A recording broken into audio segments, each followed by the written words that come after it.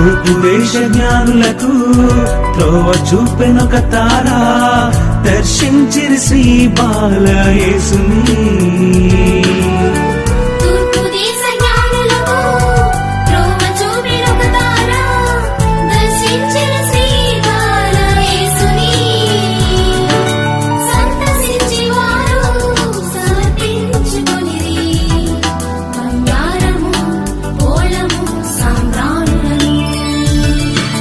సంతసించి వారు సమర్పించుకొనిరి బంగారము పోళము సాంబ్రాణులను.